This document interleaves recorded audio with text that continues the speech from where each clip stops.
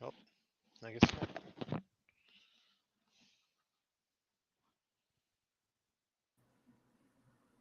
Well,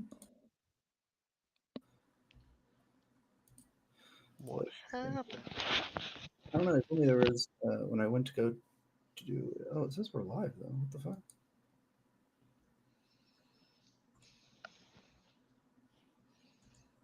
No, whatever. Um,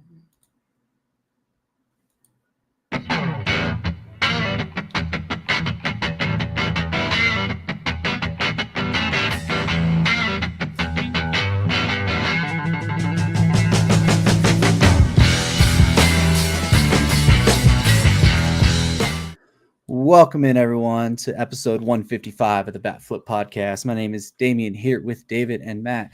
Today we got a jam-packed episode for you. We're going to be talking about Yoshinobu Yamamoto finally picking his team, a couple big trades, and then just a plethora of kind of mid-level to smaller level moves. But before we get into all that, David, how are you doing? How was your Christmas?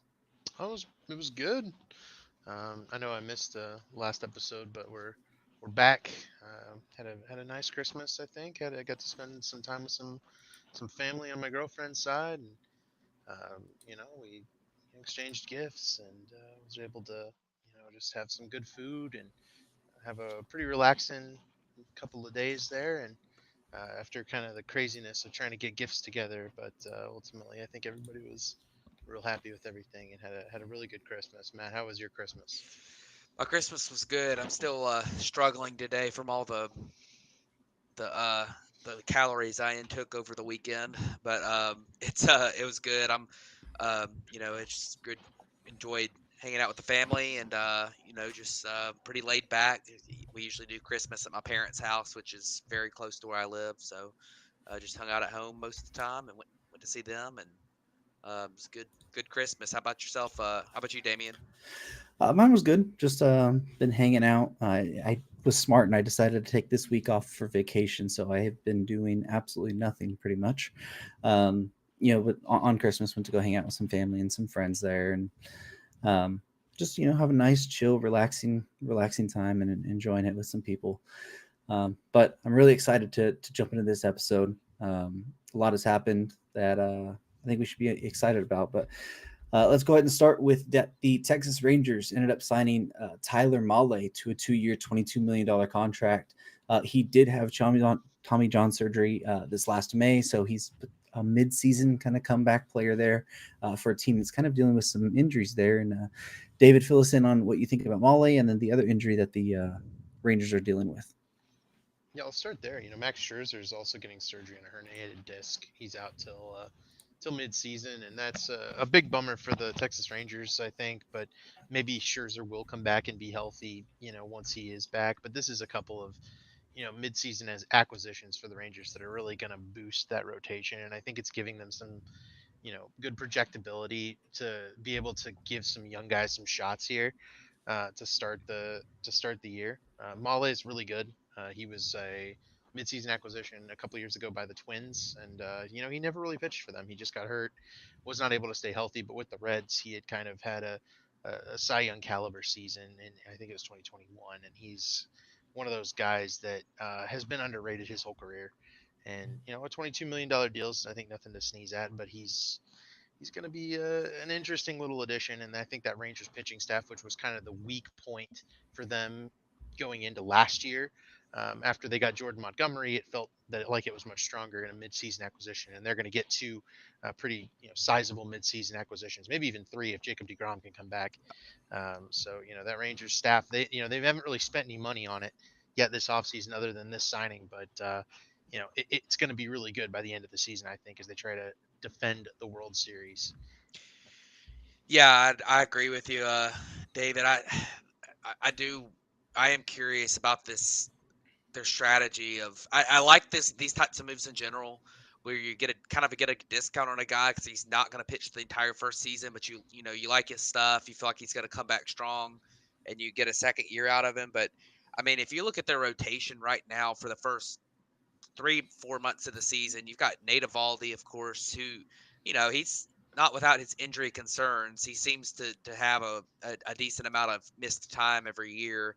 Then you got John Gray, Andrew Heaney, Dane Dunning, and Cody Bradford as your rotation. And this is a team that still doesn't have a elite bullpen. And that pitching's just going to struggle. I mean, now mid-season, if you get DeGrom back and you get Scherzer uh and you get Mallee come back, and then you can add that to Valdi Gray, bump a couple of those other guys to the bullpen, which was something that they did pretty well last year.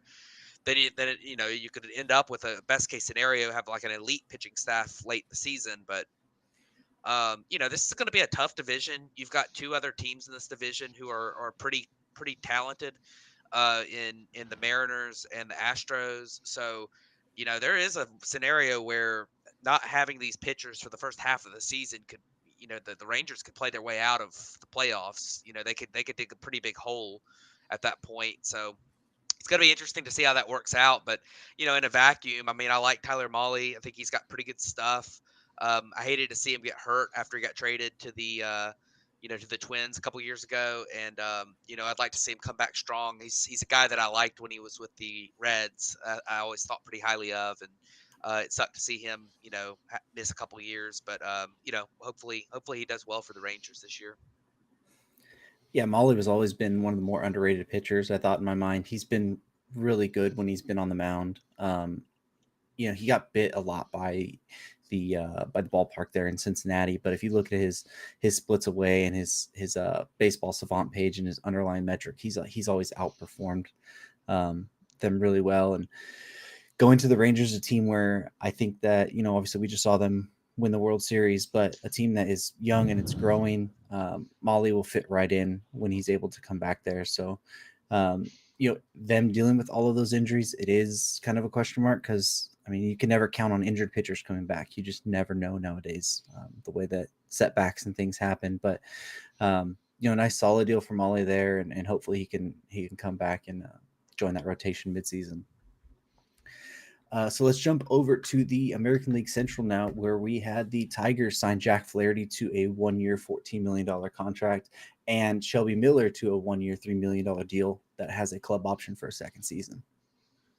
Yeah, Jack Flaherty's a guy who had a couple of really good seasons in St. Louis in 2018, 2019, but then he's just kind of not been the same guy since then. He's dealt with a lot of injuries. And then after 2021, where he was still pretty effective, he had 78 innings in 2021, which isn't, he was injured a lot, but he was fairly effective. Out of 3.22 ERA, the peripherals weren't that good, but they were still decent. His walk rate has just skyrocketed since then. Well over 5 walks per 9 in 36 innings in 2022, which, again, injuries. And then this year he was finally, relatively healthy for most of the season. And, the walks were still up. He had pitched to a 4.99 ERA. Now he pitched 144 innings and he got bumped to the bullpen late in the season after being traded from St. Louis to Baltimore. So, not the best season for him. I think the stuff is still somewhat there. His velocity is down a touch, but not a ton. And there's a world where Jack Flaherty finds it again. But, 1-year deal for $14 million. There's not a lot of risk in a 1-year deal. So, and Jack Flaherty's kind of one of those, like, you probably can think of him as kind of a 5-starter at this stage, which I think we've seen about 1 year, 10 to 15 million be kind of the deals for those 5-starters that get short-term contracts. So I don't hate it. Interesting for the Tigers to be out there spending. I think they, I think this is a more wise investment than kind of the way that they spent a couple years ago. And, kind of bringing in some one-year guys who have some upside. And, if they all, do well and everything, then, you might end up hitting on something here because they do have some young talent, in their lineup. And then, but if they don't, they can be trade bait or, there's no risk to these 1-year deals. And then Shelby Miller had a interesting season in 2023 where his ERA was a 1.71, which is incredible, but his peripherals didn't exactly back that up. So definitely nice to see him kind of capitalize on getting, a little bit of a getting a major league deal again after dealing with so many injuries and struggles for several years. That which really sucked to see. And then he finally, had a relatively healthy 36 games last year with the Dodgers and pitched fairly well. So good to see him get back. Although I don't really think that adds too much to the Tigers next year. It's just going to be some bullpen depth, but good to see. Good to see the Tigers out there doing some things. The AL Central is an imminently open division here. Yeah. This is five or it's four teams. Sorry, five teams that are completely even. I think going into next season, right?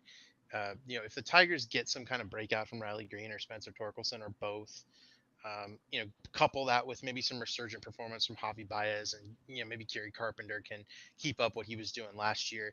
This is a team that could definitely turn some heads and make some midseason acquisitions with a pretty strong prospect pool.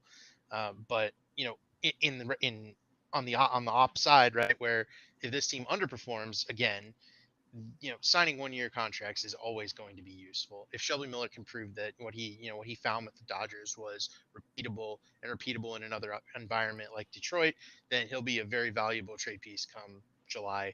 If Jack Flaherty, Kenta Maeda, and these guys, if they can, go to Detroit, kind of take advantage of that ballpark, use that to suppress their runs. I mean, Detroit could either have really good team success or could have some, at least one of these guys break out to where they can get a pretty solid return on them in midseason. So this is ultimately a very big win-win for Detroit, and I think this is a good place for like guys to try to get back in the groove, with regards to run suppression, because that seems to be his problem right now. Is he needs to, keep the ball in the strike zone, and he can afford a few mistakes in Detroit's ballpark.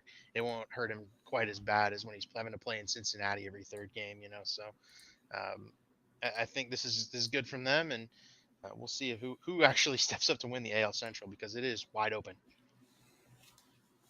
Yeah, the Jack Flaherty deal this year kind of really screams like Michael Lorenzen last year, who Mm-hmm. did the exact same thing with the Tigers. Went over there, was their All-Star representative, had a 3.58 ERA, a 3.86 FIP, and then they flipped him at the deadline to Philadelphia. That just screams like what this is. Go to a good hitter or a pitcher-friendly ballpark, suppress the runs like David was saying, and then if you're Detroit, if that's going, cool, you just keep him. If not, you get a decent piece at the deadline that people will always look to pick up some pitching. It doesn't matter. And even the same goes for Shelby Miller. I mean, 1 year, $3 million. I mean, if he's good too at the deadline, a team might be willing to pick that up and have that option for the next season as well. I think the buyout is 250K. I think that's why it's 4.25, but I could be wrong there.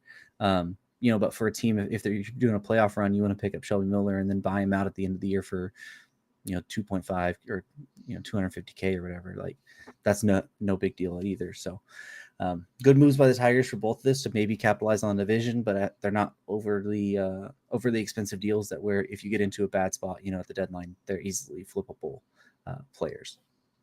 So let's stay in the AL Central to a team that's kind of doing the same thing, and that is the Kansas City Royals, who signed Hunter Renfro to a 2-year, $13 million contract that has a player option for the second year, and then also signed Michael Wacha to a 2-year, $32 million deal that has a second-year player option as well. I mean, the Royals are operating in the same vein as the Tigers, in that this division is totally winnable, right? Like, the Royals have a bona fide superstar already in Bobby Witt Jr.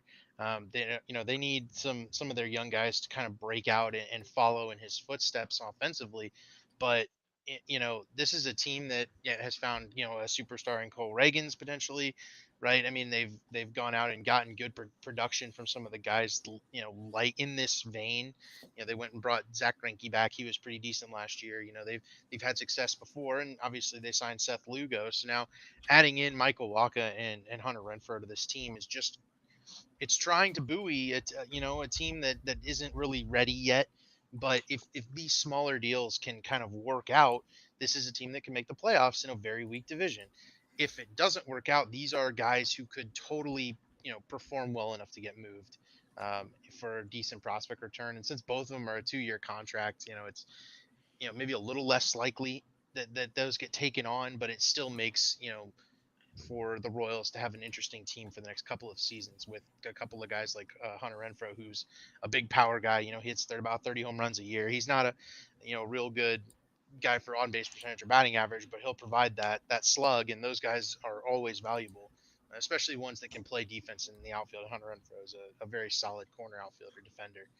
Um, Michael Wacha was good last year, right? He wasn't the problem for the Padres in their rotation. Made 24 starts and he had a 3.22 ERA. I'm honestly surprised he went here. I kind of thought Waka's market would be a little bigger than 2 years, 32 million. I thought that was kind of a 3 or 4 year type of deal to be made. He's only reaching age 32 right here, and this is 2 consecutive seasons with an ERA that starts with a 3. So um, I'm a little surprised Walker didn't get a longer term deal, but the Royals are going to get a hold of him, and if he keeps up that 3.3, he's going to be a very valuable, starting pitcher in this rotation next year. Yeah, I could go either way on these deals. For one thing, like you said, I think the Royals were probably a little bit better last year than their record ended up being. They dealt with some injuries, and they had just they just had some bad luck too. I mean, Did some the bad fact that regression they were too. the fact that their record was like the second worst in baseball behind the A's was not. I don't think that. I think they were probably a 90 loss team on paper, but they just had a bad record in one-run games and stuff, and were not good. So, but you look at them, and I mean, the division's so bad. I just don't think. I think the difference between the Tigers and the Royals is the Tigers have some form of upside with a couple of their young guys, and they've got young pitchers that have been injured off and on the last couple of years. Like you got Scooball, Manning, and Casey Mize, who have all been really high end prospects at times. Have shown some ability at the big league level at times, but they've just dealt with a lot of injuries. The Royals don't really have that outside of just Cole Reagans for half a season, where everyone else in that rotation seems to me to not be great. And then their lineup's got a lot of holes in it still. I mean, I don't know if this is going to make them even in that horrible division. They need to do a lot more than this to be able to contend. And and I would say that the contracts here. I mean, $16 million a year for the Royals is a pretty big amount because, the fact of the matter is, whether we like it or not, they're going to run a low payroll. I mean, they're not going to spend a lot of money. And, just, Michael Wacha is a guy who's outperformed his peripherals the last couple of years and go into a situation that may not be the best. And then, that second year, if, theoretically, if the Royals maybe in year 2 of these stills could be better, they can build over this year and then, maybe get better that following year. Like the year 2 is a player option. So if Wacha performs extremely well, then he's gone. And, same thing with for Hunter Renfro. But if they end up being sunk cost contracts and they're back. Now, Hunter Renfro's contract's a lot cheaper, and I think he's got a higher floor, as in he's going to play decent defense in the corner, and he's always going to hit for power. So, I mean, I think 2 years, 13 million. I don't have a problem with that for the Royals, but just I don't know. I don't love the Wacha deal for them, but it could go either way. I mean, Wacha could do well, and in this division, I guess if everything clicks for the Royals, they could maybe compete this division because the division's so bad. But I'll be. I just don't understand these fully. It feels like Rockies type moves where they don't really understand where they are in their rebuild. Yeah, so I mean, you were talking about 16 million for the Royals is a lot. That's the second highest amount on their payroll. So Walker's going to be that right behind Salvi, yeah. Yeah. They did sign Lugo, which I think he was at $15 million, so he's just right behind that, behind Wacha there. But I think this is the Renfro deal. It's somebody that slugs. It's going to a non-competitor, like David was saying. That's easily flippable too. Like somebody's gonna always look for a potential power bat, and Renfro is an extremely streaky player. So if he's in the middle of one of those streaks, right there near the deadline, a team might be able to pick that up. The Wacha one, he's been really good the last couple of years. Yes, he's outperformed his peripherals. I think going to Kansas City, which is an extremely pitcher-friendly ballpark as well, that might help a little bit more. And then even if he does, opt in at $16 million, like we were just kind of talking about, like Jack Flaherty just went for 14, Walker's at 16. Like, if you're talking about a player, next year's market, like I could go sign a player like that for 14, or I can spend it up for a guy who's had maybe 3 good years in a row in Waka for 16. Like that's an extremely like valuable contract for a team like the Royals that could potentially get a couple of buy low pieces, and they're dealing with a bunch of pitching injuries that side anyways. So at the worst case, you get a veteran here this year who comes and eats innings while your young pitchers are rehabbing from some injuries, and then he's gone at the end of the year anyways. Deal that's not really that bad, and if he's back, you got a guy you could potentially flip. Like, is it the best move? No, but at least I mean they're a team that's trying to make some moves and potentially get some veterans in there and see what they could potentially do and help those young guys a little bit. Even if these guys don't move the needle for the Royals, it's good to see that, hey, if they work out and if Brady Singer comes back and pitches like he did in 2022 with a 3.2 ERA, maybe the Royals do make moves going back forward, but if not, it's not the type of move that's going to bury the franchise forever, like the Rockies, Right. signing 10-year deals and stuff. It's very much short term game, long term, long term no loss. Right. So let's move over to a team that we have consistently crapped on for a while, but the Deservedly. Oakland A's have made a free agent signing. That's more than we can say for the Cubs. That was The insane. Oakland A's have signed Trevor Gott to a 1-year, $1.5 million deal. Just a small reliever deal, but hey, the Oakland A's did something. I actually like this deal. Trevor Gott was low key pretty good last year Hmm. as a whole. His ERA wasn't great, but a 3.20 FIP. His expected ERA, according to Statcast numbers, was a 3.40. He had a lot of swing and miss. Not a lot of walks. I mean, I think this is a good signing. Or 1.5 million. There's been relievers that are way worse than him get like $5 or $6 million. So I think this is a great signing for the A's, even though it doesn't really move the needle at all for them. I mean, they could flip him at the deadline and get some kind of lottery ticket, and basically get a free decent middle reliever. So I think it's a good move, but I mean it's the A's, so it doesn't really matter in the grand scheme of things. Yeah, I mean it's all about July and who he goes to, and how well he pitches in Oakland. Being able to perform well in that environment with that situation and the team around him. Those are the guys who they're going to get flipped and they're going to go to a bigger spotlight, and can they keep it up? So that's the big question for Trevor Gott here. I think Matt's absolutely right. It's a good signing. He's a good pitcher, I think, who got a little bit shafted. Maybe he accepted the deal too early in the offseason, but he's going to end up on a contender, I think, this year. Yeah, it's a solid piece that could potentially be flipped at the deadline, pretty much. So let's go to our the NL West champion, or not champions, the NL West The Almost. NL runners up, champions. the NL champions. That's NL what I was pennant trying to winners. say. In the Arizona Diamondbacks that re-signed Lourdes Gurriel Jr. to a 3-year, $42 million deal with an opt-out after year 2. If he doesn't opt out, it becomes a club option for the 4th year at another $14 million. But just making the bringing back a guy from the Dalton Varsho trade now with Gavin Moreno. Now you got Gurriel signed long term. Makes that trade look really well. Again, after I think it was just like a year yesterday was the year mark of that trade. But anyways, Diamondbacks returning a guy who was an all-star for them this year. Yeah, I mean, I like this move for the Diamondbacks. It's basically the Jorge Soler contract that the Marlins gave him. So in a similar kind of type of player where he's probably going to be, he's a little more consistent at the plate without quite as much upside as Soler, but he's going to be on a little bit above league average hitter every year. He plays better defense than Soler, but not the best defender out there, but he's fine out in left field. He's actually pretty good there this year. It's his best year defensively in his career.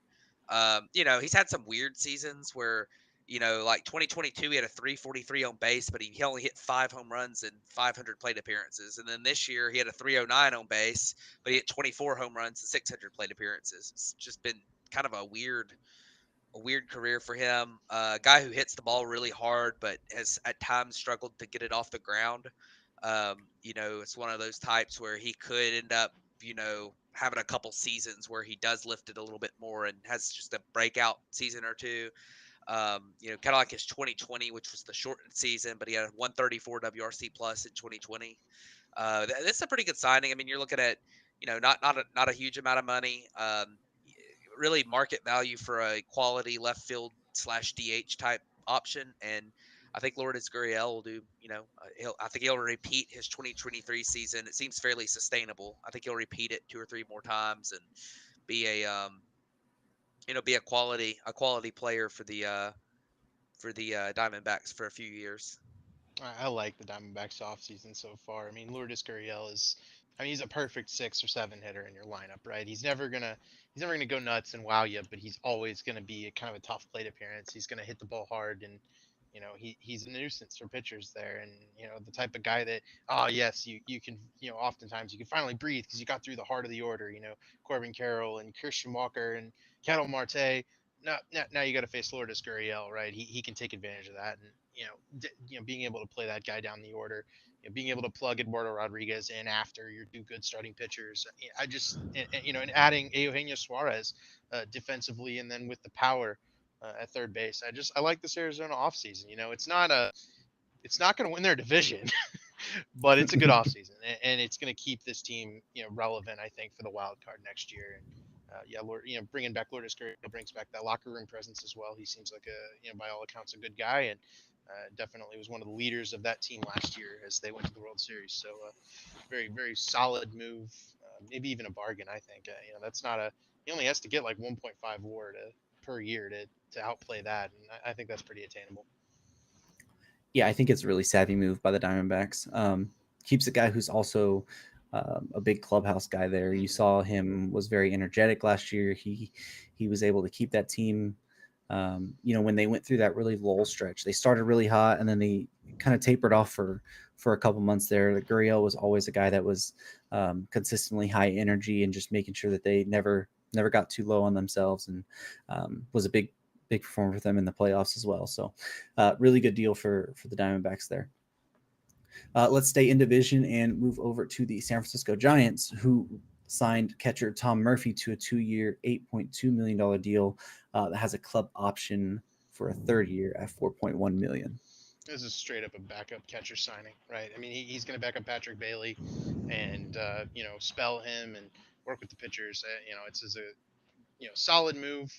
Um, the Giants go ahead and get their guy Joey Bart, kind of gets the pressure released from him, and it's kind of Patrick Bailey's job now, I think. So this one seems pretty straightforward. I think backup catcher market not too wild, not too crazy, but Tom Murphy's got a little pop. He'll be just part of that Giants catching group, and maybe he can lead those 2 young guys into the future a little bit. Yeah, I agree. He's a pretty good backup catcher. Guy who, he's had a couple of decent seasons with the bat, even though he didn't play a ton. But last year played 47 games, had a 140 WRC plus, so which is pretty solid. He's not the best defensive catcher for a backup, but he's fine, and it's a solid signing for them. They need somebody to spell their young catcher. They probably don't want to play him every single day, and $4 million a year for a perfectly fine backup catcher is really solid. So it's a good move for the Giants. Yeah, that seems to kind of be the going rate right now. I think Austin Hedges just got $4 million. And I'd rather have as well. I'd rather have Tom Murphy than Austin Hedges by a mile. So Without a doubt. Yeah. So let's jump over to Pittsburgh, where the Pirates re-signed Andrew McCutchen to a 1-year, $5 million. yeah, I'm glad for Andrew McCutchen. He gets to stay in Pittsburgh. I know he really enjoyed being back there in 2023. Had a pretty good season, a 115 WRC plus. I mean, at this stage in his career, he's just a DH. But if he can repeat that, I mean, $5 million is a huge bargain. If he can repeat that, what the season he had last year, I think he's, obviously doesn't really care that much. He's had his big contracts. I don't think he cares that much about making a ton of money. I think he just enjoys playing in Pittsburgh. He's a fantastic clubhouse guy for them. The city loves him. I'm very glad he's back with the Pirates. Yeah, he had a good season last year, right? He had I think a 370 on base percentage last year. Um, yeah, 378 on base percentage last year. So this is a guy who can still walk. He still has the eye for the plate. He's still dangerous enough to not get the ball down the middle and draw the walks. He can punish it, and he'll start against lefties and against a number of the righties, and hopefully they can keep him healthy. He managed 473 plate appearances last year, so I think with the addition of Rowdy Tellez to kind of work at first base and DH, along with Connor Joe, I think those three guys are going to handle that. And I think that Andrew McCutchen in Pittsburgh is exactly, it's right. It feels good. It's what he needs, and hopefully he can, keep carving out that what I believe is a Hall of Fame career, and kind of get those counting stats up and finish out strong.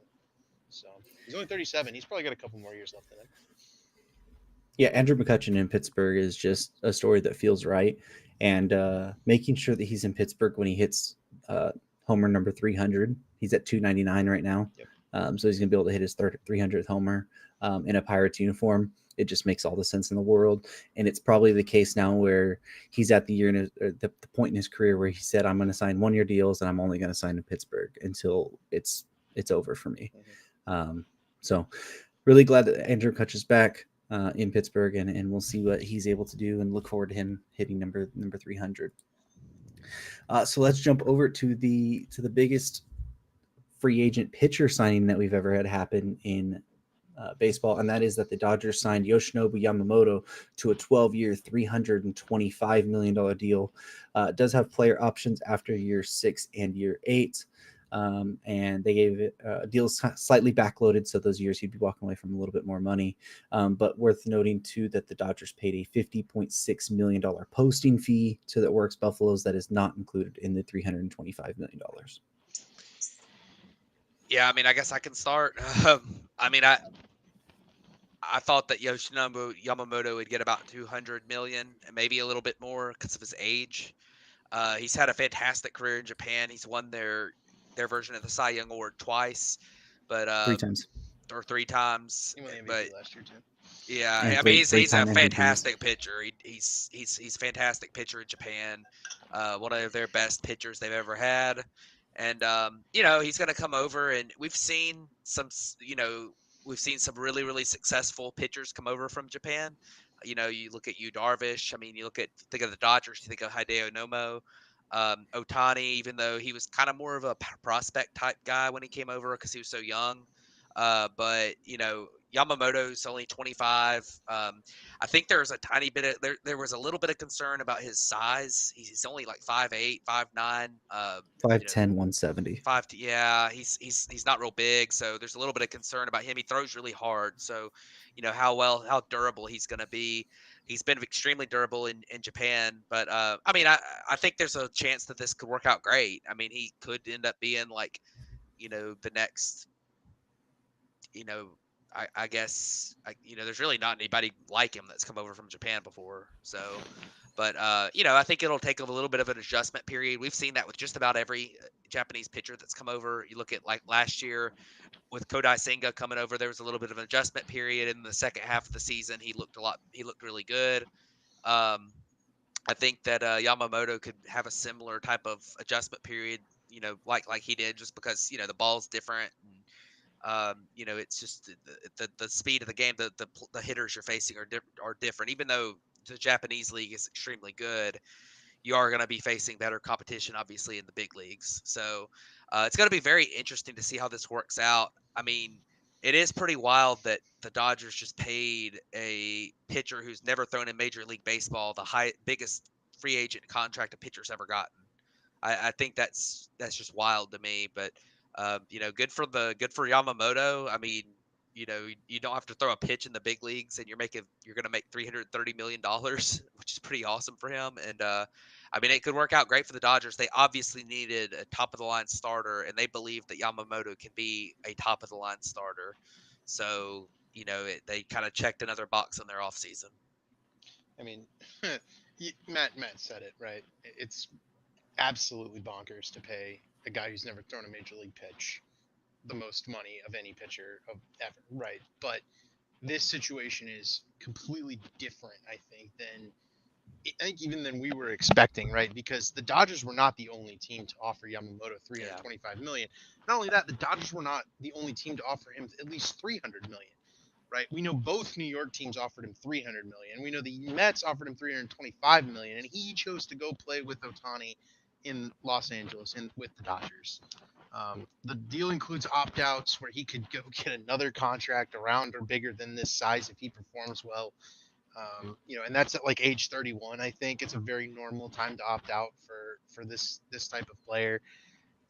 This is just a crazy deal, but it's a crazy deal that makes a lot of sense. And I think a lot of the risk gets taken out when you factor in that the upside is all there for a starting pitcher, and he's 25 years old, and the Dodgers have him for at least 6 years.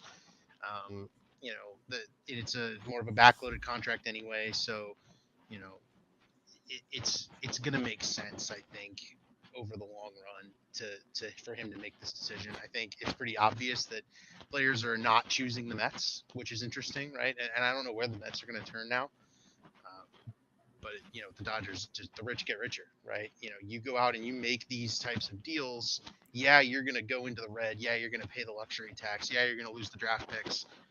But if the Dodgers win the World Series, none of that matters, right? And they're setting themselves up to do exactly this, to go out and win the World Series. They're setting themselves up to be a primary suitor for Roki Sasaki, for Munetaka Murakami, right, when those guys come over eventually. So I just, the Dodgers are doing everything right. The thing that bothers me is that no one else is willing, and able to go out and make these kinds of signings, and electric signings that can kind of energize the fan base. Because I saw the thing, the Dodgers tickets for opening day are already like $1,000 on secondary market, right? It's a big demand because they want to go see these guys play. This is the kind of deal baseball needs, but it is objectively crazy to pay somebody this much, the most of any pitcher of all time that has never pitched an inning of Major League Baseball. Yeah, and I want to push back on one of those things. I don't think they were the only team that was interested in paying these contracts. I think that's what I'm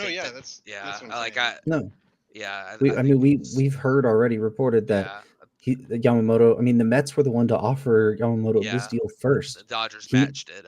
He brought it to the Dodgers and they matched it, right? And we've also know from reporting now that the Giants and the Blue Jays had the same exact contract offer for Shohei Ohtani. Mm-hmm. With all the deferrals and everything, and he chose the Dodgers as well.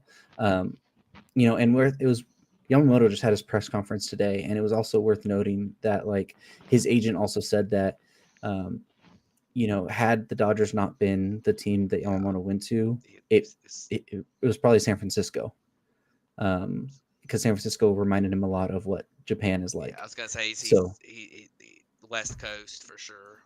A lot of these Japanese guys. Yeah, so we knew both New York teams were in it, $300 million for the Yankees, and it's funny that the Yankees didn't want to offer Yamamoto more than $324 million because they didn't feel that he should be paid more than Garrett Cole. So there's that, and then the Mets had offered, like we said, they were the first one to offer this deal here, but it seemed like Yamamoto just wanted to be with Ohtani, and he wanted to be in LA, because even he said during the conference that even if Ohtani wasn't here, he was most likely going to end up a Dodger. He just wanted to come to Los Angeles, and it's basically the same thing. Ohtani wanted to be a Dodger as well. Now LA is really cornering the market on Japan. They're trying to become the strongest team market in Japan there, take over all the fan base there. And like David said, they've set themselves up for Roki Sasaki, Munetaka Murakami, and any other Japanese player that wants to come over to the major leagues. You're going to have the option to come to the Dodgers, so it's going to be interesting to see how it works out, because like Matt mentioned, he is a smaller framed guy. He does throw the ball a little different. He uses his whole body to throw the ball rather than his elbow. He does some quirky, warm up things. Like he doesn't play long toss. He throws a javelin instead. He does some other things. So it's going to be interesting to see how he translates over, and then with the small frame, how he's able to hold up, for the long term here. But it's kind of a no-lose situation for the Dodgers here, because they paid also $50 million signing bonus. So the actually yearly cash going to Yamamoto in it on a back-loaded deal, like it's really not that much. And then if he opts out after year 6, you got basically the better half of his prime years for that contract. So, but one thing before we move on, I wanted to look at what our predictions for Yamamoto was. Matt, you did guess the Dodgers. You guessed at 9 for 200. David guessed the Red Sox for 10 at 210, and then I guessed the Giants at 10 for 225. So we were all at least $100 million off on this one, and short on years. So there's that. But let's jump over to the next signing that we had, which is also another Japanese player coming to the West Coast, and that is Padres signing left-handed pitcher Yuki Matsui to a 5-year, $28 million deal. There is a player option after year 4 and year 5, but the 2028 year can become a club option for $7 million if Matsui has a elbow injury during the length of the contract. Yeah, I don't know how I feel about this one. The Padres obviously have targeted their bullpen this offseason. A lot of the Soto trade was guys that are going to help their bullpen. And then this signing here. I mean, I feel like if you're a team that has a huge payroll crunch, like the Padres have shown that they do, with trading their best player because they couldn't afford him, that in reinvesting that money in an unproven, Japanese guy who, it's not a lot of money, but still, it could be, there's a chance that it's a $6 million sunk cost for the next 5 years. So he could be good, but I don't think that the reports on him were that he's a surefire, like really good MLB pitcher. I think the reports on him were that he had some potential to be a nice setup guy from the left side, but that he was kind of a question mark a little bit. So I guess they feel like if he pitches to his potential, that maybe they can get a bargain on that. But still, if you're the Padres, it feels like you would want to sign, more. I feel like signing relievers to 5-year contracts is probably not what I would do this offseason with their payroll crunch. But I guess, after the Soto trade, maybe they do have a little bit of money to spend because of saving the 30 million there, and they decided on this guy. So we'll see what happens. I might be totally wrong on him, but I don't fully understand it. I mean, this is an upside play, right? But I agree that the reasoning for the Padres being the team to take this risk is the wrong reasoning. That's a team that needs stability. That's a team that needs projectability, and that's a team that needs cost control. And this guy is kind of none of those things, right? I mean, he's kind of expensive given the potential level of wildness and ineffectiveness that comes with volatility of relief pitching in Major League Baseball. And then on top of that, this is a team with roster crunch and a big time, they have big time needs in the starting rotation. And it's like you could have taken this, with a 28 million, you could have maybe tacked 5 or 6 onto it and just gotten Michael Walker back. That seems like it might have been a better use of your money. But overall, I don't know that I dislike Yuki Matsui at all. I don't think he's a bad option, right? This is just kind of the Josh Hader replacement, right? Lefty, fireball lefty for the late innings. But I just this is one of them AJ Preller moves that doesn't really make any sense because they need starting pitching, I think, more than they need bullpen. I think if I had to pick between Yuki Matsui and Enyel De Los Santos for who's going to have the better season, I think I'm picking Enyel De Los Santos, but that's because he's pitched in the major leagues, and I kind of had him as one of my guys that would be a sleeper for next year and be really good, and surprisingly, and Yuki Matsui, and who knows, right? So, and he's getting a lot more than Enyel De Los Santos. Yeah, see, I'm on the other side of this. I actually like this deal for the Padres quite a bit. Matsui he's a late inning left-handed reliever for 5.6 million that is really really tough on lefties. Has a nasty cutter and slider.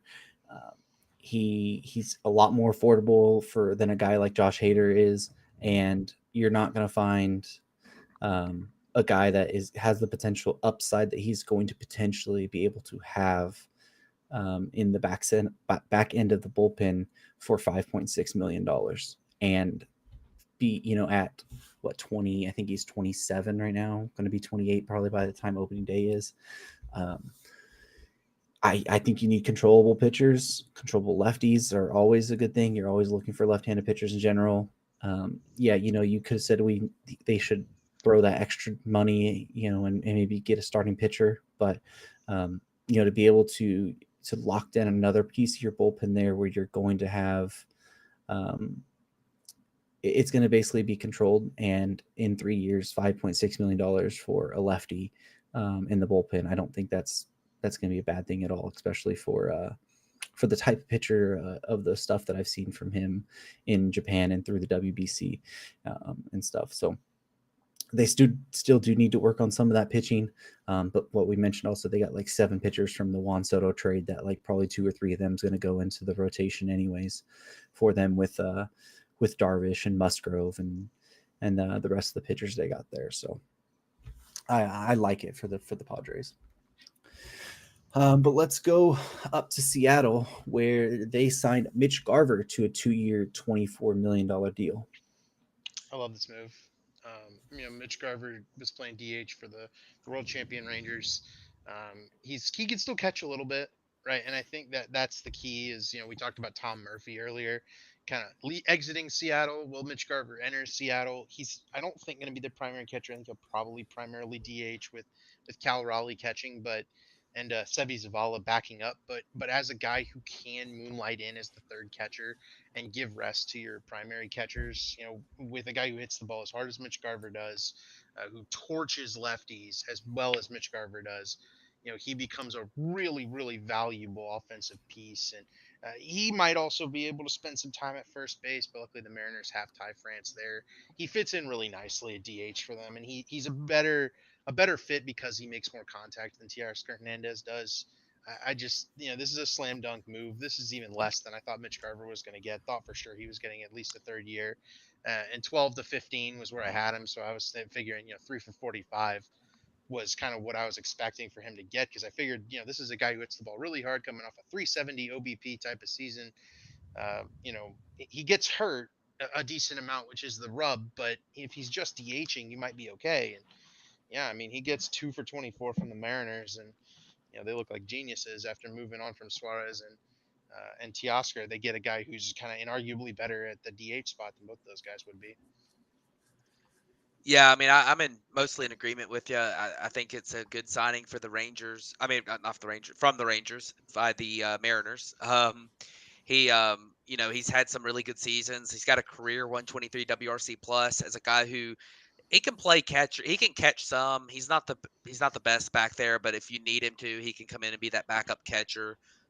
Definitely an offense first guy, but you got Kyle Raleigh there, so it's not that big of a deal. You can have games where you want to give Kyle Raleigh some time off, but maybe like if you're up in the 8th inning, you can throw Kyle Raleigh back there type thing, and let Garver just DH or go out of the game or something. But as you mentioned, I think the big knock on him is even though he has typically been a DH for a lot of his career, um, injuries. I mean, his career high in games played is 103 back in 2018.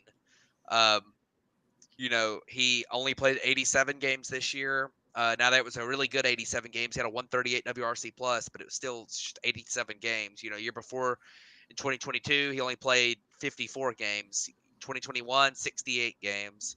So this is a guy who's often been really good when he's played, but he's often been not playing. So I think that definitely dampened his market.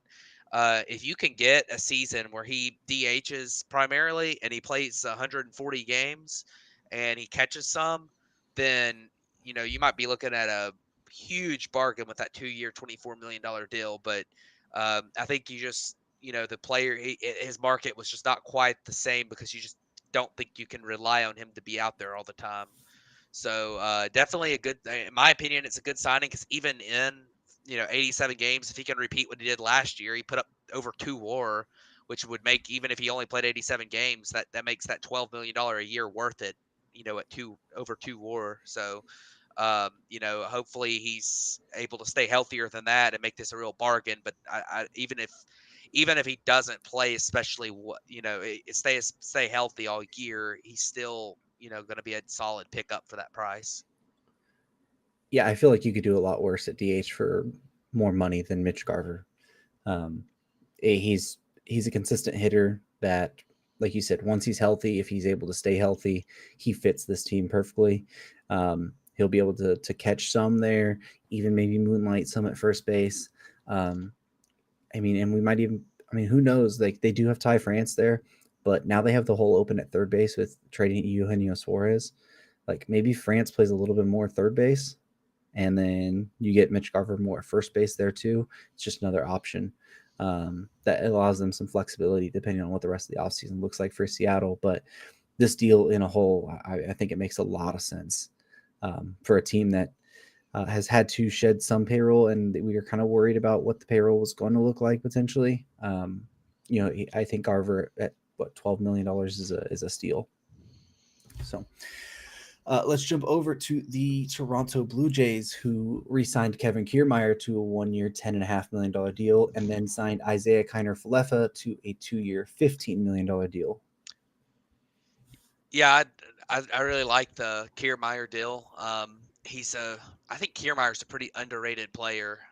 He's a guy that, he's still elite defensively, and I think a lot of the narrative around him has been that he just can't hit.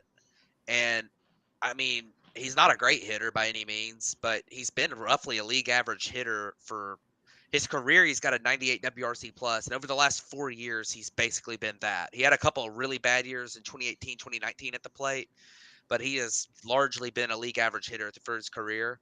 Comes from the left side, which is something that the Blue Jays have typically needed. And, last year he had a pretty solid season there, a 104 WRC plus, which is his highest since 2017. Played 130 games or 129 games last year. So, he was playing every day for the most part. And he's still elite defensively. So like the floor is he's a fantastic defender. You're only paying him what was it, $10 million a year? For 1 year. I mean, that's a really solid deal for me. If he can repeat last year, that's a huge bargain, and there's really no risk to it. And then IKF is a guy that I think I'm not quite as high on him. I mean, he doesn't hit the ball hard at all. Doesn't get on base really. I mean, he does make a lot of contact. He's very versatile. He's a utility guy. But when you kind of look at the grand scheme of all the utility guys and how much they're getting paid, you could probably find somebody that's a similar type of player to IKF as a minor league free agent. Honestly, I mean, he just doesn't do a whole lot. So, last year he put up .2 WAR for the Yankees in 115 games. I know he can play everywhere, but how much different is he than a guy like Nicky Lopez or something like, and that's getting paid a lot less. So I don't know if I love giving him, I mean, $7.5 million isn't, a ton, but it's real money. I mean, it's not like a minor league deal or something. So I don't especially like that one, but I do like the Kiermaier signing.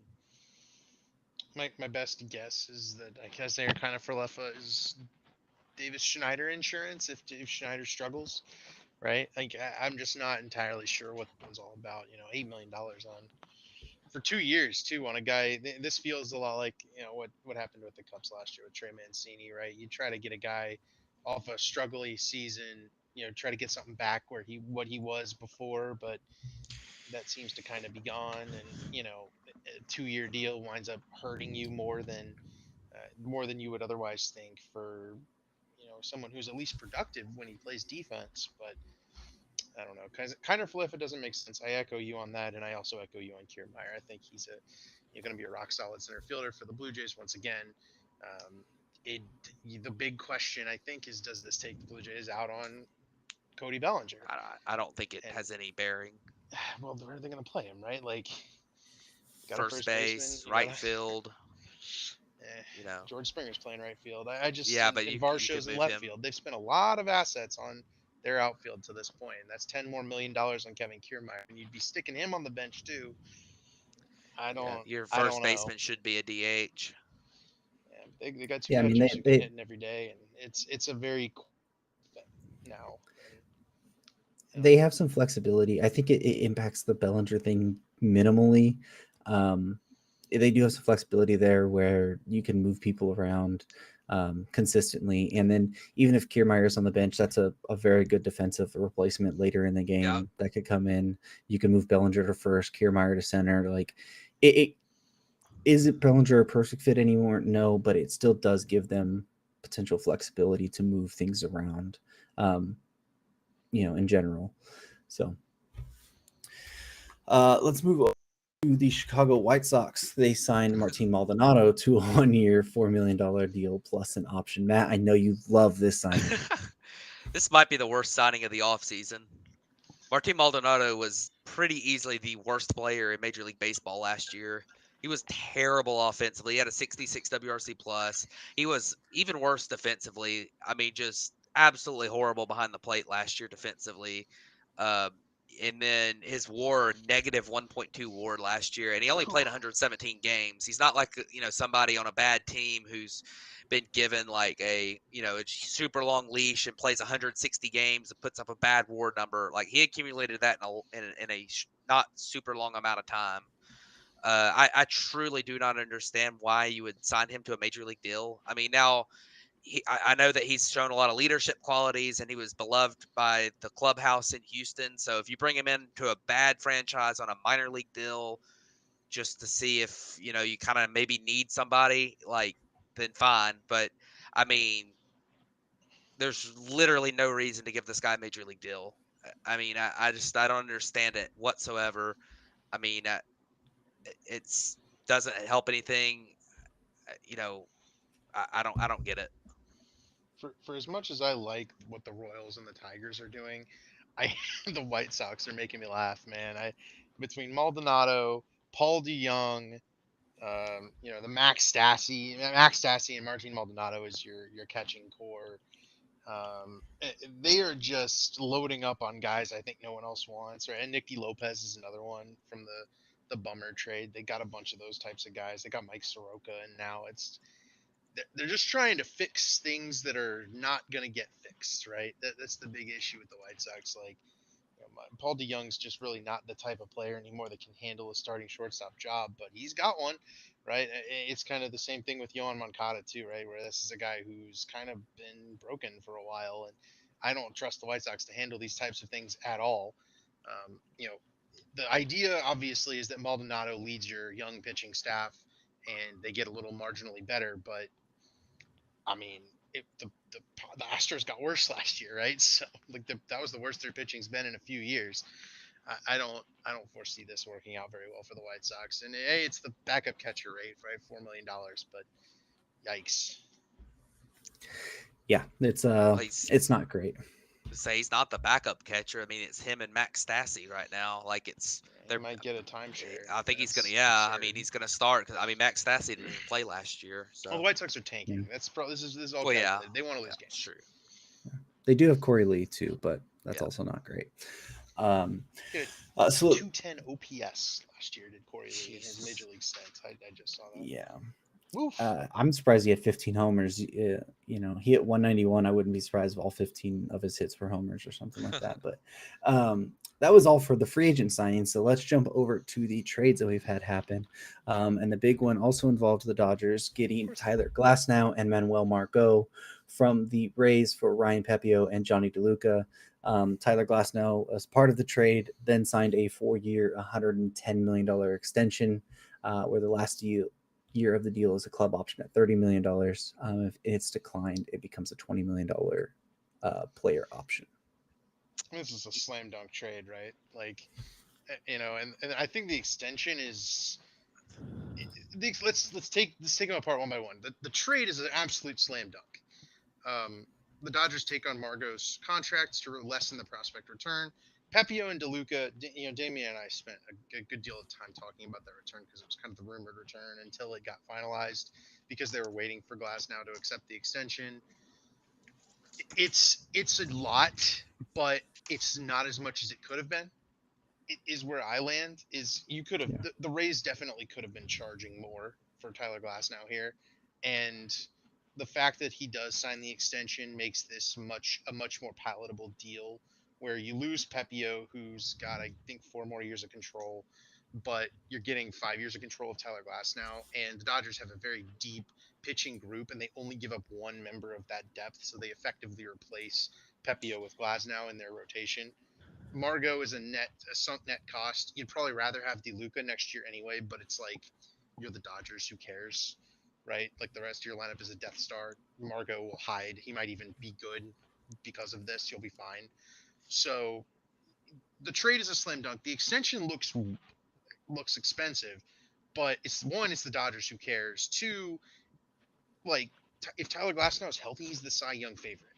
Like trading for him was always the right move for the signer of Shohei Ohtani, because Glasnow was on a 1 year deal. He was very expensive this season, and if you let him walk, Ohtani just fits into your rotation. Well, if you can convince the Tyler Glasnow to stick around and pitch with Shohei Ohtani, which clearly they do, there's no question here, right? This was the obvious best move, and yeah, I mean, this is just once again, I said it before: rich get richer, Dodgers did Tyler Glasnow, and this was the logical next step for the team that signed Shohei Ohtani. So looking forward to seeing Glasnow and Yamamoto pitch in the playoffs for the Dodgers. That'll be fun, as long as Glasnow's not hurt, obviously. But that's the only rub for Glasnow is the injury history. Everything else is just excellent. Yeah, and I mean, this trade was really weird for me because I think if you look at the trade in a vacuum, Tyler Glasnow and Manuel Margot for Ryan Pepio and Johnny DeLuca, I think the Dodgers definitely win that trade. Like I don't, I'm not a huge believer in Ryan Pepio, and Johnny DeLuca is a fine, fourth outfielder prospect type, but I'm not a huge believer in him as like some kind of huge everyday player, and it's just 1 year of Tyler Glass now, but I think it was a pretty fair value for the Dodgers and getting a guy like him. So the only pushback I'll have on the Dodgers side of that is that I think the Dodgers really need stability in their rotation as much as anything else, and when what they brought in this offseason, their rotation right now, you're looking at Walker Buehler coming off of second Tommy John surgery, hadn't pitched in a year and a half. You're looking at Tyler Glass now, whose career high in innings pitched is 120, and you're looking at Bobby Miller, who is I think is a pretty good. Will probably eat a pretty decent amount of innings, even though he's young. You don't really know for sure, but he seems like a guy that doesn't have a huge injury concern. But then you look at Yamamoto as a kind of an unknown. So you think he's going to be really good, but we've talked about the frame and the durability question with him. So that's the only thing about the Tyler Glasnow part of this. Like that, I think that maybe like a Dylan Cease, who is a pretty good innings eater, might have made a little more sense for the Dodgers. But I think that with this trade on the table, I think it was fantastic value for the Dodgers. So I think I would make this trade if I was them. It's just kind of weird for me with another guy that's kind of, you know, often injured in their rotation. But then, the extension part of it for him, we were talking the other day. I said it's just like the Zach Wheeler contract that he got from Philly. Um, you're looking at a guy it's real similar kind of their history. Zach Wheeler was a guy with this elite caliber stuff, really good peripherals, been injured a lot. He kind of came on that last year, looked like he might play the part, and then the Phillies signed him to the deal that they gave him, which was real similar to this contract, and it's worked out great for them. It looks like a real similar type of contract to what Tyler Glass now got. 4 to 5 years. You get that. Roughly 25 million a year, and you're getting a guy that has that type of talent that could be like a Cy Young caliber pitcher if he stays healthy. So it's going to be very interesting to me to see if he stays healthy, and if he does, this is a fantastic trade for the Dodgers. But that's really just the big question mark for me is, it's another guy that is, often injured that they've got in their rotation. So definitely think it could work out like amazingly for the Dodgers, but this is also a little bit of a risky trade here. Yeah, so going into the offseason, and I think I've had conversations in our chat about the Glasnow potential trade before it ever happened, and I was on the side of, hey, I would rather have a Dylan Cease. I would rather have somebody who has more control than 1 year, and less injury risk to them. And then the Glasnow deal happened and the extension, and the actual trade for it, if you would say that Johnny DeLuca and Manuel Margot are even players, but Margot is $10 million and DeLuca is league minimum, you'd rather have DeLuca. This was the Rays shedding the salary on that side. Pepio doesn't have as much upside, has been injured himself. So you look at it and you're saying, well, you'd rather take Glasnow on that side of that anyways, including long-term, if with the extension. It's basically the same amount of time for each one. So as far as the Glasnow injury stuff is concerned, his high in the majors is 120. He has thrown, I think, over 150 one time, which was 2017, I want to say, when he was with Pittsburgh.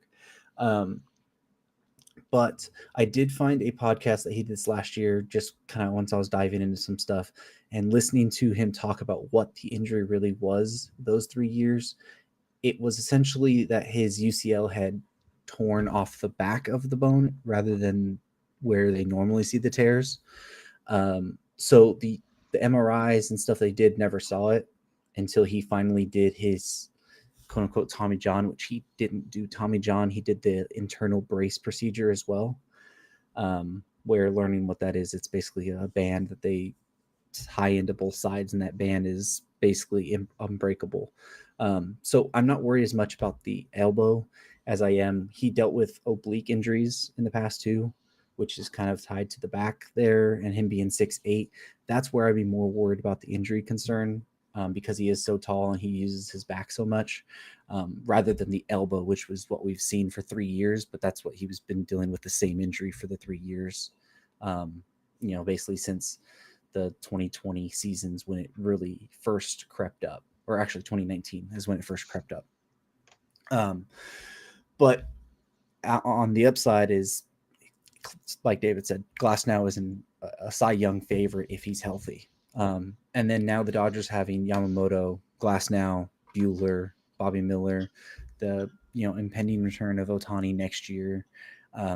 You feel a lot better about that rotation than you do of a rotation that coming into the offseason was, I guess Ryan Yarborough was your number 2. Like, you still have Sheehan, you still have the depth in the prospects behind them, but now you have upside on that with Yamamoto, Glasnow, and everywhere going forward. And then Margot is basically your platoon for Jason Hayward in right field anyways, that can back up Outman in center field. Like that goes. So take the risk on the talent and hope that it works out here. That's my view of it. If there's a team equipped to handle the risk of Glasnow, it's the freaking Dodgers, right? Like, especially now that you got, Yamamoto sitting there too. Like, I mean, come on.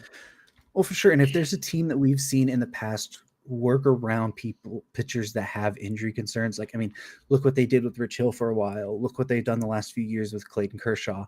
Like, I don't think anyone's coming in expecting Tyler Glasnow to throw 190 innings or whatever. But if you're saying that, hey, like, we're going to try to get you to the 150 to 170-ish area, if there's a team you kind of trust to do that, it's the Dodgers, because it's basically what they've already done in the past anyways. You mentioned him, but what does this leave Kershaw now is another big question. Is there still room in this rotation for Kershaw, or does he finally head over to Texas? The Rangers going to get another midseason acquisition. I was going to say, the Rangers are already so midseason, like, pitcher injury risk as it is. Like, Kershaw, I think even fits even more now, because if you have Kershaw coming back midseason or somewhere there, like, you can already know, like, Walker Buehler is going to be delayed as it is. They've pretty much announced that without actually formally announcing that he's going to be delayed to start the season to help with the innings cap. But once you get Buehler back, if hey, like, Glasnow, we're going to give you a little bit of a break. Now we have Clayton Kershaw to insert back in. Like, I think it kind of works there. And I expect Kershaw to be back. I just don't think that that's going to happen until spring training, because the 60-day IL slot doesn't open until then. So that makes sense. So let's jump over to a couple smaller trades that we had happen. And the first one is the Braves acquiring Matt Carpenter, left-handed pitcher Ray Kerr, and cash from the Padres for Drew Campbell. And they have subsequently already released Matt Carpenter. So this trade was basically a salary dump to get Ray Kerr. Yeah, the Braves purchased another hard-throwing reliever. They've done this a few times. I think part of the Braves' issue, in their bullpen the last couple of years, if there's been a weakness there, has been that they don't really have a lot of hard throwers. A lot of their top guys have been, not super hard throwing, and especially from the left side, they've had Mentor. You don't know what you're going to get from Matsui coming off of Tommy John surgery, but your other guys have been like Dylan Lee, who's also dealt with injuries, and Brad Hand last year. You have a lot of soft tossing type guys. Will Smith in the past. Now you're kind of going in with Aaron Bummer and Ray Kerr and bringing in guys who throw really hard from the left side. And Ray Kerr was pretty good last year. He did have a 4.33 ERA in 27 innings for the Padres, but he had a 3.24 xFIP. Lots of swing and miss, not many walks. He gave up a lot of home runs last year. You think that home run per fly ball ratio might go down some. It was really high. Relievers are volatile, and that's one of the reasons why. In AAA last year, he was pretty good. Had a 2.25 ERA in AAA. This is a guy who's got the potential to be a solid major league reliever. Has a ton of control left. I think he's got like 5 years of control left. So you're getting him for just basically taking on a couple $1 million of Matt Carpenter's salary because you did get cash with him. You've already released Matt Carpenter, and you gave up a guy that's got an 87 WRC plus in Double A as a 25-year-old last year. So you're really not giving up anything. So I liked that trade for the Braves. I think they do need to still get a starting pitcher. So I'm waiting for that. But as of now, I think a lot of these small moves they've made have worked out pretty well for them. Here's the question: Is would you rather have Ray Kerr or Yuki Matsui next year? That's essentially the choice the Padres made, and they chose Yuki Matsui. Um, I I kind of think they're really similar, and you know, if the Padres just did had a bad internal evaluation on Ray Kerr, Um, then fine. But they're both 28. Ray Kerr costs a lot less, right? Like I don't know. It feels like you should probably work with that guy to try to reduce those home runs without you know giving up giving him up. I guess just to get rid of Matt Carpenter and then going and signing a more expensive lefty to fill that same role. I don't know. The math doesn't work out for me on that one. well, I guess it comes down to would you rather have Matt Carpenter or Yuki Matsui, because it's basically the same contract, basically. Yeah, So and ultimately, I think if you take the money from Carpenter and apply it to Matsui, that makes sense. But I guess I don't know. I think that that's works. I that's ba- guess it's just yeah, it that's makes more that's it was sense. It's just Carpenter was 5.6 for Matsui. You basically off the contract of Carpenter and his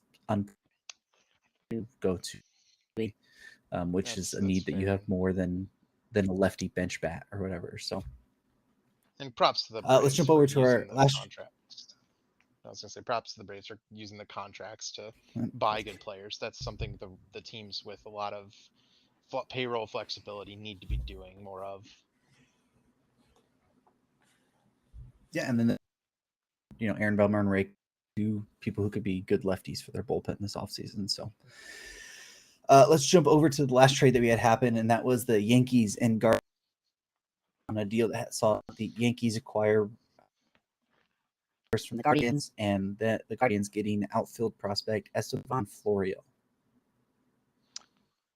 Yeah, I mean, I like Needs to be this for said. the Yankees.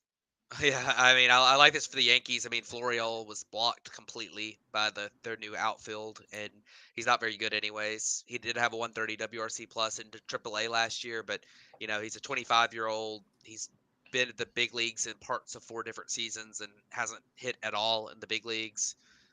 So I'm not huge on his potential either.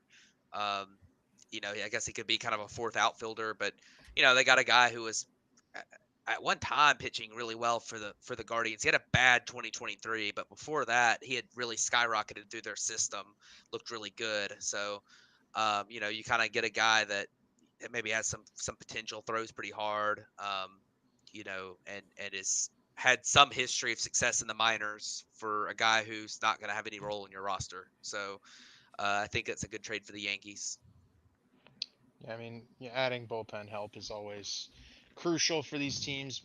And if there's a team that needs outfield more than they need pitching help, it's the Guardians. So Very logical trade. I don't know that I think I'm with Matt. I think I like it more for the Yankees. I think you'd rather have a hard throwing bullpen righty than a kind of a career AAA guy like Florial seems to be. But he'll get a chance to start for Cleveland, and he'll get a chance to show that he can do this. And Will he get a chance as an everyday player? Because I don't know that he will play over Quan or Miles Straw or whoever. I mean, I'm assuming in right field they'll play somebody more with a little bit more pop. So I don't know. Maybe he's just I a mean, bench I guy for he him, but that or he could be a potential platoon for yeah, Miles Straw. that's possible. they Yeah, could I also mean, try to move off of Miles Straw here. that's true as well. yeah, there's options there. I think you just kind of the talent of Florial, you kind of take the bet on what if you could potentially get a change of scenery guy there. And Morris was a guy who probably just didn't factor into their bullpen that the Yankees are just kind of trying to strengthen their bullpen a little bit. So, and move off a guy that they weren't going to be able to use, especially now with their outfield, with all the moves they've made this year, anyways. So let's jump over to we had MLB announce some more rule changes this offseason. Oh, I'm sorry, Rob Manfred, you clown. Let's go. So let's look at the changes that they made. They did a pitch clock adjustment. Last year was the first year we saw the pitch clock. It was 20 seconds. Well, they've moved that down to 18 seconds. Took 2 seconds off with runners on base. Mound visits, they've reduced them from 5 per game to 4 per game. The runner's lane to first base has now been widened into the infield grass area. So that old play where we see a player bunt and then run on the infield grass, the ball get thrown at them and then question if they were in the line or not. Clearly they weren't. And then they said they were safe. Now they'll basically be there anyways. And then a pitcher warming up who is sent out to warm up before an inning must face at least one batter. Not that this was ever an issue. You have the 3 batter minimum anyways.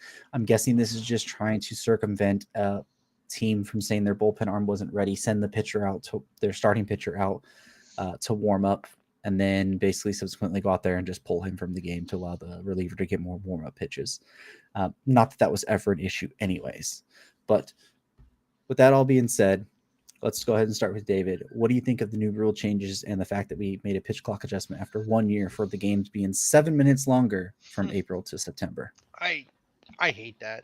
Right. And it's not that I dislike the changing of the pitch clock. I thought the difference was a little wide between runners on base and runners not on base. I think this is a change that you could have done, but I wanted a bigger sample size of pitch clock games with the players getting used to the pitch clock as we used it last year, because I thought the pitch clock was a really good change. I thought it definitely improved the pace of the games. It did what it was supposed to do, and baseball games are going to take longer in September anyway because the bad teams are going to throw more pitchers and there's going to be more bullpen, movement in the middle of the games, and then there's going to be more urgency, so managers are going to make more pitching changes late in the season anyway because those games are the games that are affecting the playoff race.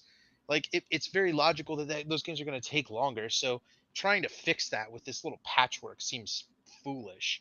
But this isn't a terrible, like the pitch clock one's not terrible. Mound visits, I don't see why we needed to make any adjustments on that. What are we? I oftentimes see like only 1 or 2 mound visits used anyway. So just leaving the limit up doesn't, changing the limit doesn't change the amount of mound visits that are taken in a game, right? They're still going to use 1 to 2, maybe 3. Like I don't know, but it seems like we're trying to solve issues that aren't there. And then the runner's lane, that just is finally making it legal to do what they were calling legal anyway, where the guy's running on the first base side gets hit by the ball, like it's fine. Like at that point, I'm just they weren't calling it right before. Now it'll be right. That it's amending it. Whatever. The pitcher warm up thing shouldn't be a big deal. I thought it was, because I thought if you pulled up a guy in the bullpen, then they had to come in. That would have been really bad. This is a non-issue.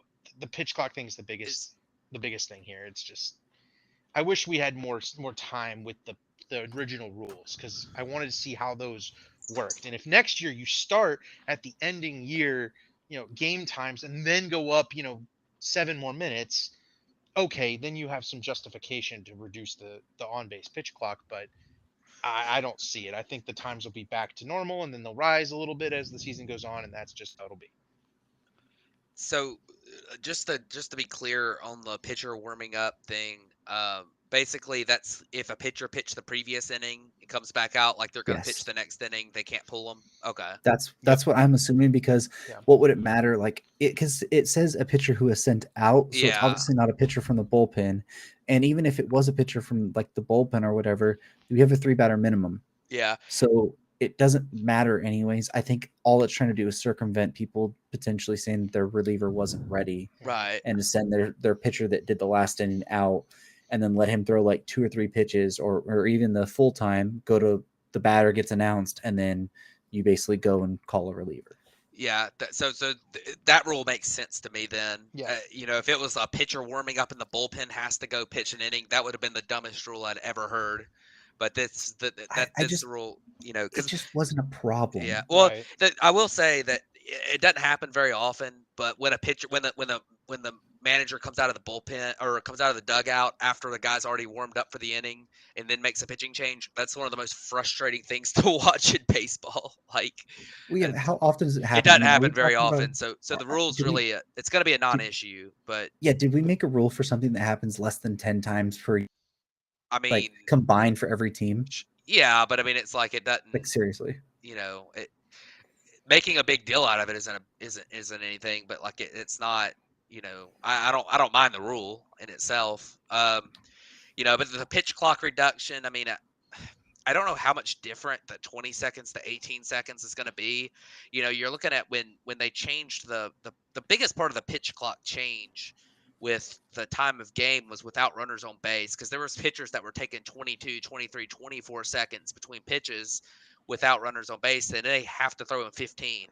But the difference between 20 and 18 seconds isn't going to be very much. I mean, most pitchers are throwing at 17 seconds anyways. But I mean, like David said, I mean, I don't understand why we really needed to change this. I mean, pitchers got used to 20 seconds, so I feel like it probably should have stayed at 20 seconds. You're asking pitchers not only to adjust every single year for no reason. I don't like that a lot. But I don't think it's really good. I don't think when you watch games you're going to notice it that much. The mound visit thing. I mean, I don't understand why we're limiting from 5 to 4 on mound visits. I don't. I think that you really need to have 5 mound visits. I think that sometimes, I don't think that's a big deal. Having a pitcher reset, especially with the pitch clock. Sometimes a pitcher needs that breather for a second.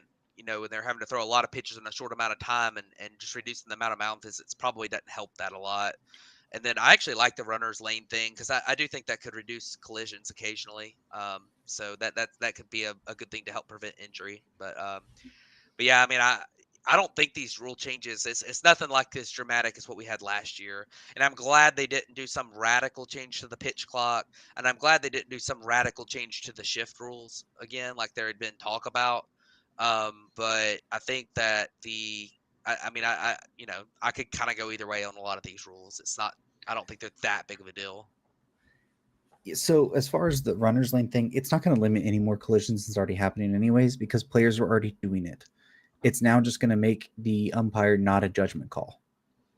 Yeah. Like, because players were already running basically outside of their running line anyways, and the first base bag isn't moving. It's staying in the same spot. So all it's saying now is where the runners were running is now completely legal. Actually, I think it might turn into more collisions, because now it's legal that it's all the way over there. There's no actual question about if it's legal or not, and you don't turn into it. Players are going to be running there more often. Like right-handed hitters, especially, because it's a straighter line. You don't have to worry about running more outside. You basically just can run straight and just stay on the grass there, and it's less you have to move to the right to be able to get to the bag. Like, I think that the pitch clock thing in general, I wasn't a fan of it initially coming in.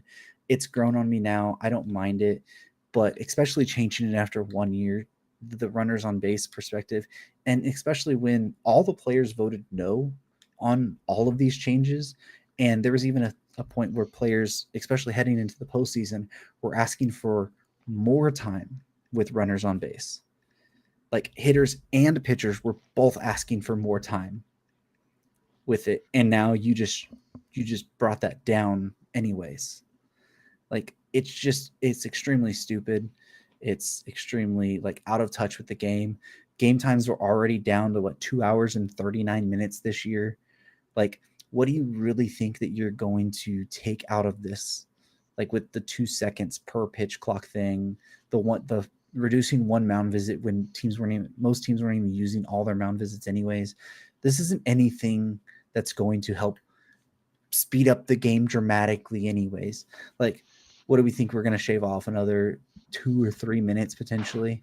If that. I mean, if that, like, it makes no sense. It's just completely out of touch, and it's just Rob Manfred trying to wield his power to make more changes into the game that nobody wanted, and make his impact felt more. That's literally all this is to me. So, anyways, that's going to wrap it up for what we have to talk about for this episode. But to announce kind of what we're looking at moving forward, we have been recording on Tuesday nights. I think we're going to plan to start jumping to Monday nights starting January 8th. So after the new year, we will start recording on Monday nights. Hall of Fame voting is announced on the 23rd, so expect an episode probably on that day about the Hall of Fame and what our ballots and stuff would have looked like. But other than that, we'll be on Mondays moving forward. So anything you guys want to hit on or wrap up before we end the show? I'm very angry about some of the Hall of Fame ballots that are leaving off Yeah. Andrew Jones, and Oh man, I saw a couple that left off Adrian Beltre, and it's like, man, what are we doing?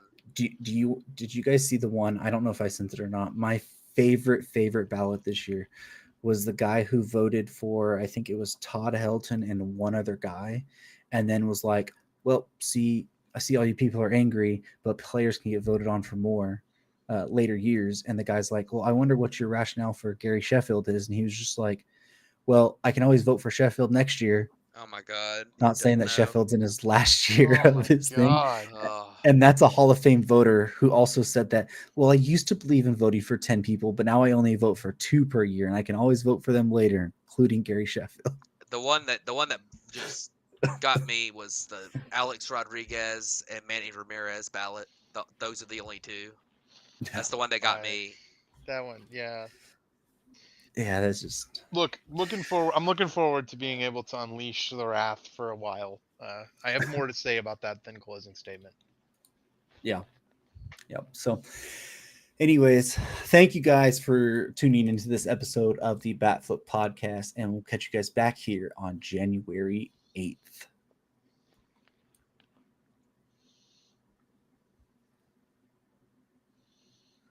All right. Looks like I'm uploaded.